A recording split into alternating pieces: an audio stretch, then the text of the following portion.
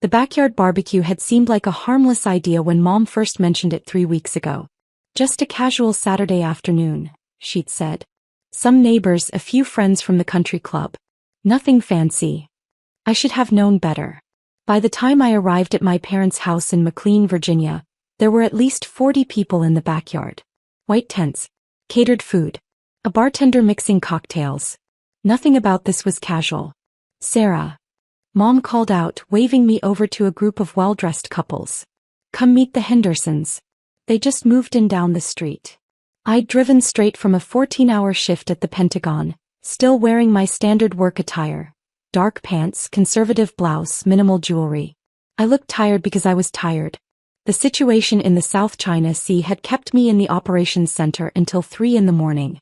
Sarah works for the government, Mom announced as if introducing a moderately interesting houseplant. Oh, how nice, Mrs. Henderson said politely. What do you do? This was always the difficult part. I'm an analyst, I said, which was technically true. I analyze threats to national security on a global scale, but analyst was a word people understood.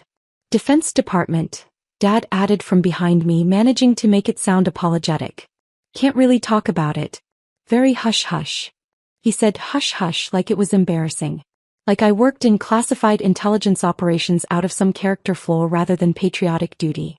That's so interesting, Mr. Henderson said, though his tone suggested it was anything but. I'm in private equity. We just closed a $2 billion deal last quarter. Congratulations, I said. The conversation moved on without me. It always did. My parents' social circle consisted of lawyers, executives, entrepreneurs. People who could discuss their work freely, whose success was measurable in dollar amounts and job titles that impressed strangers at cocktail parties. I excused myself and found a quiet spot near the back fence, pulling out my laptop. Not my personal MacBook, but the hardened Panasonic Toughbook that was rated for classified operations and could survive a 3-story drop onto concrete. I logged in using my fingerprint iris scan and a 16-character password that changed every 72 hours. 3 new intelligence briefings since I'd left the Pentagon 2 hours ago. A situation developing in Eastern Europe that would require my attention by Monday morning. A request from SOCOM for cyber support on a hostage rescue operation. Routine assessments from my regional directors in Stuttgart, Tokyo, and Dubai. I was reviewing the European brief when my brother Marcus appeared, beer in hand. Working at a party? He asked. That's rude, Sarah. Just checking email, I lied. Marcus was 2 years younger than me and worked as a consultant at McKinsey. He made excellent money, traveled constantly, and never missed an opportunity to remind me that his career was going better than mine. You know, you could probably make twice what you're making now in the private sector, he said, settling into the chair next to me. Defense contractors are always hiring analysts. Better pay, better hours, actual career advancement. I'm happy where I am, I said, closing the laptop. Are you, though? He gestured at my outfit, my tired face, my government-issue laptop. You're what, 31? Still living in a 1-bedroom apartment. Still driving that 10-year-old Subaru. Working insane hours for government pay. Mom and Dad worry about you. They don't need to worry. They think you're wasting your potential. I mean, MIT grad, top of your class, master's in computer science, and you're doing what? Pushing papers at some government office that can't even tell us your job title. My actual title was Deputy Director of Operations for U.S. Cyber Command, but he was right. I couldn't tell him that. It's more than pushing papers, I said quietly. Sure it is. He drained his beer. Look, I'm just saying you had options. You chose the one that pays the least and gets the least recognition. That's fine if you're happy. But you don't look happy, Sarah. He was right about that too. I wasn't happy. Not because of my job, I loved my work. But because conversations like this happened every single time I saw my family. Every holiday, every birthday, every casual barbecue where I had to pretend my career was less important than it was. I was saved from responding by Dad's voice booming across the backyard. Everyone, can I have your attention for a moment? The crowd quieted. Dad stood on the patio holding a glass of wine, looking pleased with himself. I want to take a minute to brag about my kids, he announced. Marcus just made senior consultant at McKinsey at only 29 years old. We're incredibly proud of him. Marcus smiled and waved as people applauded. And my daughter Sarah works for the government in some capacity we're not allowed to discuss, Dad continued, and there was scattered polite applause. Some low-level agency position, I think. She can't even tell us what she does exactly, which is, well, it's very mysterious. He laughed. Other people laughed. I felt my face flush. But we love them both very much, Dad finished, raising his glass. To Marcus and Sarah. To Marcus and Sarah, the crowd echoed. I opened my laptop again, needing something to focus on besides the humiliation. The secure email system loaded, showing a new priority message from Admiral Richardson, commander of U.S. Cyber Command. Subject: Urgent Russian intrusion detected. Classification: Top secret // no foreign. I felt my entire body tense. This was the alert we'd been dreading for months. The message was brief. Russian intelligence services had penetrated the Department of Energy's nuclear security networks. They were inside the systems that monitored the nation's nuclear stockpile. This wasn't a probe or a test. This was a direct attack on strategic weapons infrastructure. My phone buzzed. A text from Richardson: Need you at the Pentagon now. Bringing this to the Joint Chiefs in 30 minutes. I stood up, already calculating travel time. 20 minutes to the Pentagon if traffic was light. I could make it. Sarah, where are you going? Mom asked, intercepting me near the gate. I have to go to work, I said. Now. It's Saturday afternoon. It's urgent. Everything is always urgent with you, she said, and there was real frustration in her voice. Can't you ever just take a day off and be normal? This isn't something that can wait, I said, pulling out my keys. What could possibly be so urgent that you have to leave your father's barbecue? She looked at me like I was being deliberately difficult. You're an analyst, Sarah. Can't someone else analyze things for a few hours? I wanted to tell her. God, I wanted to tell her that I wasn't just an analyst, that I was responsible for defending the entire nation's cyber infrastructure, that Russian intelligence services were currently inside our nuclear security networks, and I was one of maybe 15 people in the world who could coordinate the response. But I couldn't tell her any of that. I'm sorry, I said instead. I really have to go. I was halfway to my car when Dad caught up with me. This is embarrassing, Sarah, he said bluntly. We have guests. Important people. And you're just leaving. There's an emergency at work. There's always an emergency, he said. Or so you claim. You know what I think? I think you use work as an excuse to avoid family events. You've never liked these gatherings, so you make up some crisis and disappear. I'm not making anything up, I said, frustrated now. This is real. This is important. More important than family? Right now. Yes. His face hardened. You know what your problem is. You have no sense of proportion. You take this little government job so seriously, like you're saving the world or something. It's just a job, Sarah. It's not your whole life. My phone buzzed again. Richardson, Russians are moving deeper. Need your assessment ASAP. I have to go, I said, getting into my car. We'll talk about this later, Dad said. Your mother is very upset. I drove away before he could say anything else, already calling my operations center on the secure line. This is Vanguard, I said, using my operational call sign. I'm en route. ETA 15 minutes. Get the watch team spun up. I want a full briefing package ready when I arrive. Copy that, ma'am, the duty officer responded. Admiral Richardson is already in the operations center. The Joint Chiefs have been notified. This is going to the President.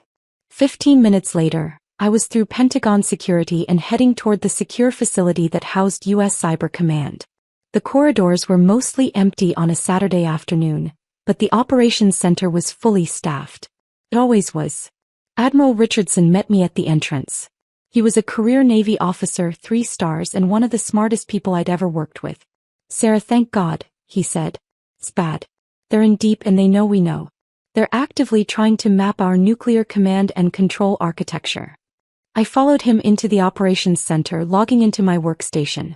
The threat display showed the Russian intrusion in real time, a sprawling network of compromised systems, all connected to the Department of Energy's most sensitive databases.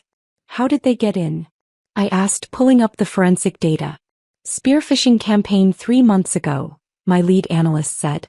They've been moving laterally through the network ever since, staying just below our detection thresholds. We only caught them because they got greedy and started pulling too much data. I scanned the attack vectors, the malware signatures, the command and control infrastructure. This was sophisticated, state-sponsored, and terrifyingly effective. Admiral, we need to brief the Joint Chiefs immediately, I said. And we need authorization to execute defensive countermeasures. Already scheduled, he said. Video conference in 10 minutes. I want you presenting the technical assessment.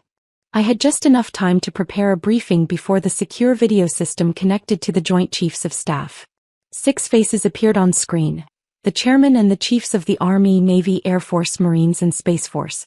The most senior military officers in the United States. Gentlemen, Admiral Richardson began. We have a significant situation. Russian intelligence services have penetrated Department of Energy nuclear security networks. I'll let Deputy Director Chen brief you on the technical details. I pulled up my presentation. Sir, at approximately 1400 hours today, we detected unusual data exfiltration from DOE nuclear security systems. Forensic analysis indicates Russian SVR operatives have had persistent access for approximately 90 days. 90 days, the chairman interrupted. They've been inside for 3 months and we're just finding out now? Yes, sir, I said. They used advanced techniques to evade our detection systems. The good news is they haven't reached the most critical systems yet. The bad news is they're actively working toward them. What can they access? The Air Force chief asked. Currently, nuclear inventory data, facility security protocols, personnel information. If they reach their apparent objective, they could access nuclear command and control authentication systems. The room went silent. Jesus, someone muttered. Deputy Director Chen, the chairman said. What's your recommendation? Sir, I recommend immediate authorization for active cyber defensive operations. We need to kick them out of the network and disrupt their command infrastructure. If we don't act in the next few hours, they may reach systems that could compromise our nuclear deterrent. Active operations means offensive operations, the Navy chief said. We'd be striking back at Russian networks. That's escalatory. Letting them compromise our nuclear command and control is more escalatory, I replied. Sir, with respect, we're past the point of passive defense. We need to hit them hard enough that they know we're serious. The chairman looked at Admiral Richardson. Admiral, your assessment? I agree with Deputy Director Chen, Richardson said. This is what we've built Cyber Command for. We have the capability. We need the authority. I'll take this to the President, the chairman said. Stand by. The video conference went on hold. I looked at the clock. It was 4:47 p.m. My parents' barbecue was probably still going. People were probably asking where I went. Dad was probably making excuses for me. And I was in the Pentagon waiting for authorization to launch a cyber attack against Russia. My personal phone buzzed. A text from Marcus. Mom says you left. Really classy, sis. I put the phone away. 23 minutes later, the video conference reconnected. The chairman's face was grim. Deputy Director Chen, you have presidential authorization to execute defensive cyber operations against the Russian intrusion. Rules of engagement are in your briefing packet. The president wants this resolved before it hits the media. Yes, sir, I said. We'll get it done. The video conference ended. I turned to my team, 18 of the best cyber warfare specialists in the world, sitting at workstations throughout the operations center. You heard the chairman, I said. We have authorization. Execute Protocol Cobra. I want those Russians out of our network within the hour, and I want their command infrastructure degraded enough that they think twice before trying this again. Yes, ma'am, my lead operator said, fingers already flying across his keyboard. I pulled up my own console and started coordinating the operation. We had assets positioned around the world for exactly this scenario. Teams in Germany, Japan, the UK, and 3 locations in the continental United States. All of them were ready to execute. Initiating first phase, someone called out. Isolating compromised systems. Second phase ready, another voice said. Preparing counter-intrusion vectors. I watched the operation unfold across multiple screens. It was like conducting an orchestra, but instead of musicians, I was coordinating hackers, analysts, and network specialists executing a carefully choreographed assault on Russian cyber infrastructure. 37 minutes into the operation, my phone rang. My personal phone, not the secure one. I almost didn't answer, but I saw it was Mom. Sarah, where are you? She asked, her voice tight. I'm at work, Mom. I told you I had an emergency.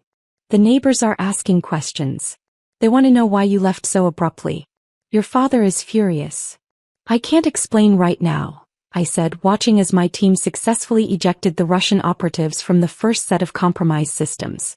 I'm in the middle of something important. Everything is always important with you, Mom said, and now she sounded close to tears. Nothing is ever as important as your family. Do you even care what we think anymore? On my main screen, the operation was entering its final phase. We'd kicked the Russians out of our networks and were now systematically dismantling their command infrastructure. It was working perfectly. Mom, I need to go, I said. Of course you do, she said bitterly. You always need to go. She hung up before I could respond. Ma'am, my lead analyst called out.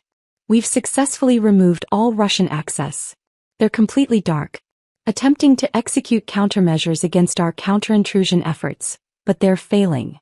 Good, I said, refocusing on the mission. Push forward. I want their command servers offline. 17 minutes later it was done. The Russian intrusion had been completely eliminated from our networks. Their command infrastructure had been degraded by approximately 60%. And we'd left behind a very clear message in their systems. A digital signature that they would recognize, letting them know exactly who had hit them. Mission accomplished, Admiral Richardson said, reviewing the results. Outstanding work, Sarah. You just prevented what could have been the most significant compromise of U.S. nuclear security in history. Team effort, sir, I said, exhausted. Your team, he pointed out. Your plan. Your execution. I'm putting you in for a commendation. Thank you, sir. I didn't leave the Pentagon until almost midnight. The debriefings had taken hours, and then there was the after-action report to write, and the coordination with the Department of Energy to ensure their networks were properly secured. By the time I drove back to my apartment in Arlington, I had 37 missed calls and 53 text messages from family members. The texts ranged from concerned to angry to baffled. Call me immediately. Dad, this is unacceptable behavior. Marcus, what the hell is going on with you? Aunt Jennifer, your mother says you walked out of the barbecue. That's not like you. Cousin Mike, everything okay? I sat in my car in the parking garage, too tired to deal with any of it. But I knew I had to call them back eventually. I tried Mom first. She answered on the second ring. Sarah. Finally. Hi, Mom. I'm sorry I left earlier. Something came up at work. Something always comes up at work, she said. Do you know how embarrassing it was trying to explain to our guests why you disappeared? What did you tell them? That you had some minor emergency at your government job. Some paperwork crisis or something. I tried to make it sound important, but honestly, Sarah, how important can it be? I wanted to laugh. A paperwork crisis. That's what she told the neighbors. That I'd left to deal with paperwork while I was actually coordinating a cyber attack against Russian intelligence services. It was more serious than paperwork, I said carefully. I'm sure it felt serious to you, Mom said, her tone patronizing. But you have to understand how it looked from our perspective. We're hosting this nice event, introducing you to successful people, and you can't even stay for a few hours. It makes us look bad. It makes you look unstable. I'm not unstable, Mom. I'm doing my job. A job that apparently requires you to work every weekend, miss every family event, and maintain this ridiculous level of secrecy. Sarah, normal people don't live like this. Normal people have work-life balance. My work isn't normal, I said, the frustration finally breaking through. It's not a 9-to-5 office job. It's not something I can just walk away from when it's inconvenient. Because you're an analyst, Dad's voice said. He'd picked up the other extension. An analyst who acts like she's running the CIA or something. It's absurd, Sarah. You're not that important. The secure phone in my bag buzzed.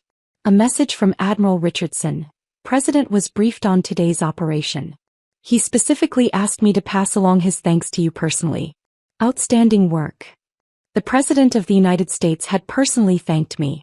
And my parents thought I was an overdramatic analyst having a paperwork crisis. I need to go, I said. It's late. We're not done with this conversation, Dad said. We need to talk about your priorities. My priority is my job, I said. And I'm good at it. Really good at it. I'm sorry if that's inconvenient for your social calendar. I hung up before either of them could respond. It was petty and I'd probably regret it in the morning, but I was too tired to care. I went upstairs to my apartment, the one-bedroom place in Arlington that my family considered evidence of my professional failure. What they didn't know was that it was in a building specifically designated for senior intelligence officials, with security features that cost more than most people's houses. I'd barely gotten my shoes off when someone knocked on my door. I checked the security camera and saw Marcus standing in the hallway. "What are you doing here?" I asked, opening the door. "We need to talk," he said, pushing past me into the apartment. "It's midnight, Marcus." "I don't care." He turned to face me and he looked genuinely upset. "What's going on with you?" "Mom and Dad are worried." "I'm worried. You're acting like some kind of secret agent, disappearing at random times, working insane hours, never talking about your job. It's weird, Sarah." "I'm not acting like anything," I said. "I'm just doing my job." "Which is what, exactly?" "Because nobody believes the analyst thing anymore." "You don't act like an analyst. You act like someone with serious authority. The way you talk, the way you carry yourself, even the way you dress. That's not low-level government employee behavior." I was too tired for this conversation. Too tired to maintain the cover story. Too tired to pretend my work wasn't important. "Marcus, I can't talk about my job. I've told you this 100 times. Can't or won't. Both." "That's not good enough," he said. "Not anymore. Mom and Dad deserve better than vague non-answers. I deserve better than that. We're your family. And because you're my family, I'm trying to protect you," I said, my voice rising. "You think I maintain operational security because I enjoy being mysterious? I do it because the less you know, the safer you are." "Safer from what?" "From being targeted by foreign intelligence services." I shouted and immediately regretted it. Marcus stared at me. "What?" "Nothing." "Forget I said that." "No, explain that." "Targeted by what?" I ran my hands through my hair, trying to think. I was already in violation of security protocols by even having this conversation. But Marcus was my brother and he was standing in my apartment at midnight demanding answers, and I was so damn tired of lying. "Sit down," I said. He sat on my couch looking wary. I pulled out my credentials wallet, the one I carried every day but never showed to family. I flipped it open and showed him the badge inside. Sarah Chin, Deputy Director of Operations, U.S. Cyber Command, Top Secret / Psi Clearance. Marcus looked at the badge. Then at me. Then back at the badge.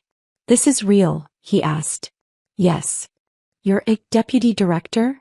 "Of Operations for Cyber Command, yes. I coordinate all offensive and defensive cyber operations for the U.S. military." "How many people work for you?" "Approximately 2,000, depending on how you count contracted personnel." He was quiet for a long moment, processing. "And today's emergency?" he asked finally.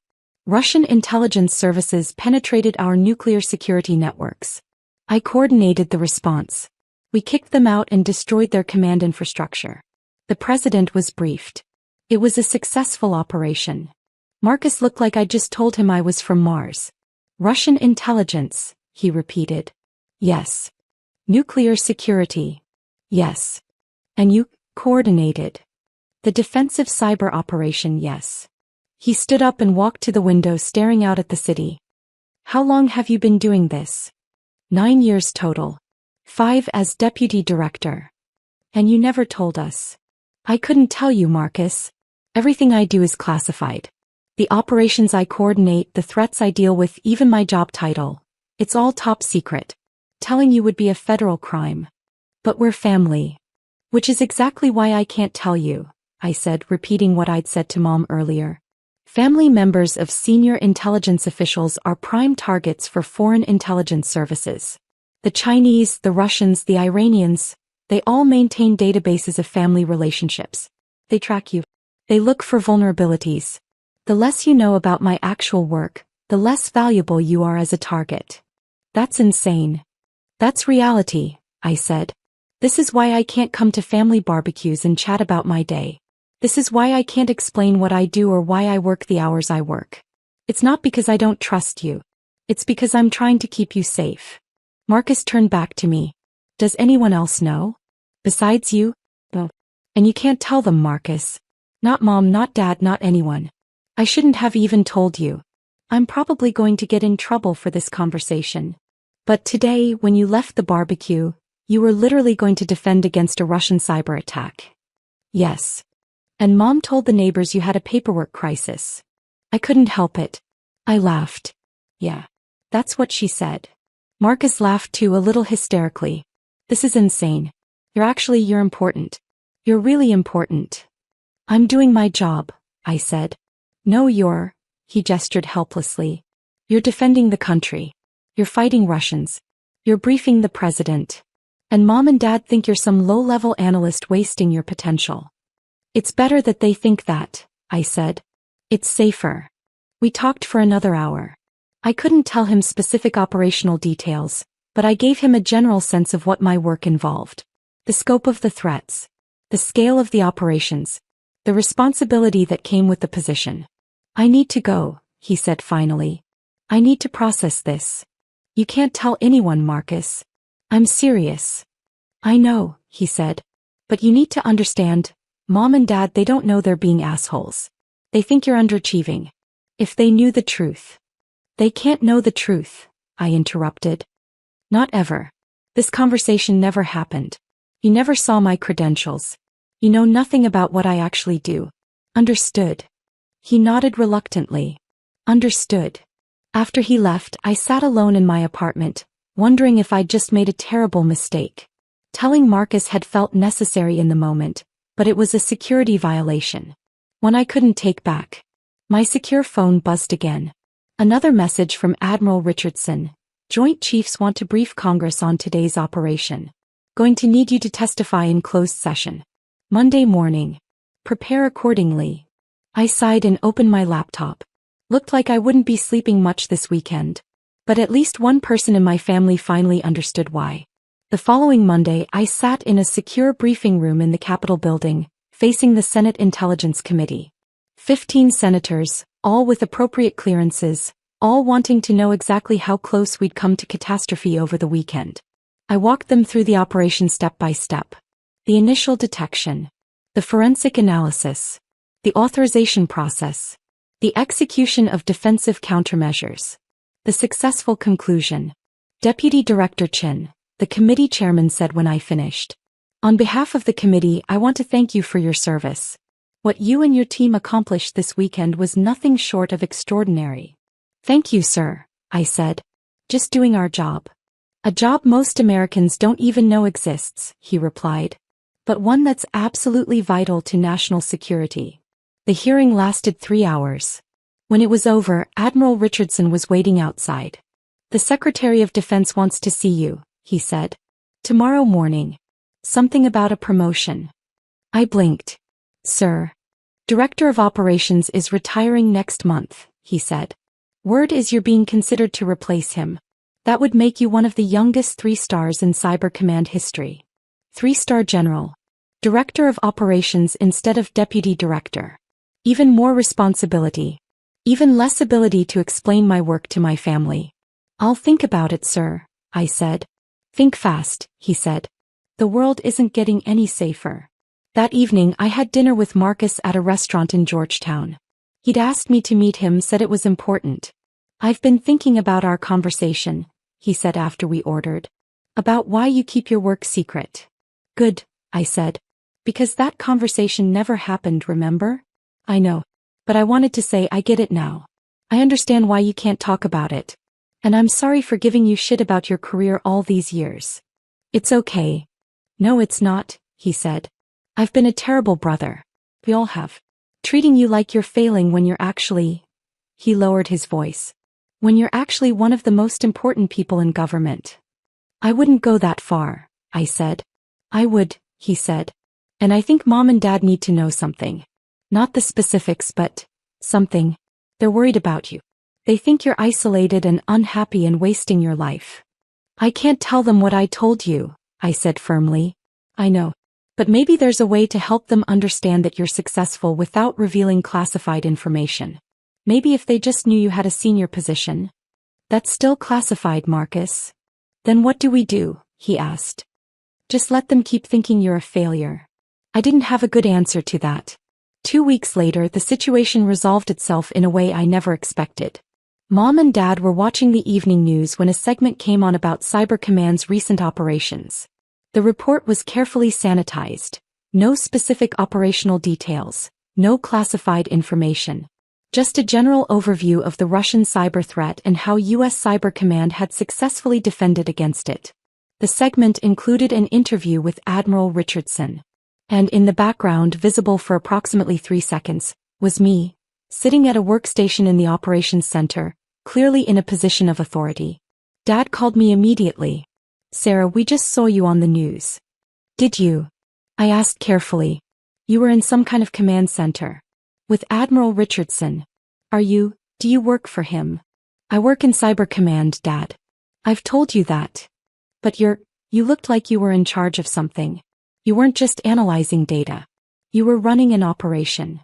"I can't discuss the specifics of my work," I said. "You know that."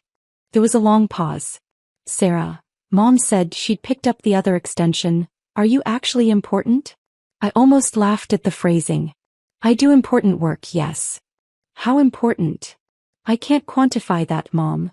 "Try," Dad said. "Because we've been telling people you do data analysis and now we're wondering if we've been underselling you." "You could say that," I admitted. Another pause. "The Admiral on TV," Mom said slowly. "He's your boss." "He's my direct supervisor, yes." "And you work in, what did they call it? The operations center." "Yes." "Doing what exactly?" "Coordinating defensive cyber operations for the United States military," I said, figuring that much was public record. "I can't be more specific than that." I could practically hear their minds racing, recalculating everything they thought they knew about my career. "Sarah," Dad said finally. "How senior is your position?" "Senior enough that I can't discuss it with people who don't have clearances," I said. "Which includes you." "But more senior than we thought." "Yes." "Significantly more senior?" "Stat. Significantly more senior." Mom made a small noise that might have been a gasp or a laugh. "Oh my God. When we were telling people you did low-level analysis work." "You weren't wrong exactly," I said. "I do analyze things. Just at a higher level than you realized." "How high?"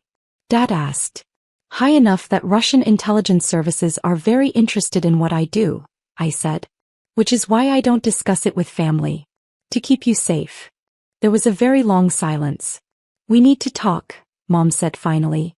"Can you come to dinner this weekend? We'll keep it small. Just the 4 of us." "I can try," I said. "Assuming no national security emergencies." "Of course," Dad said, and his tone was completely different now. Respectful. Almost deferential. "We understand if you have to cancel. For work." After I hung up, I sat in my apartment and smiled. It had taken 9 years, but my parents finally understood that I wasn't wasting my potential. That my job mattered. That the long hours and the secrecy and the missed family events were because I was doing something vital. They still didn't know I was about to be promoted to 3-star general. They still didn't know the full scope of my responsibilities. They probably never would. But they knew enough. And for now, that was all I needed.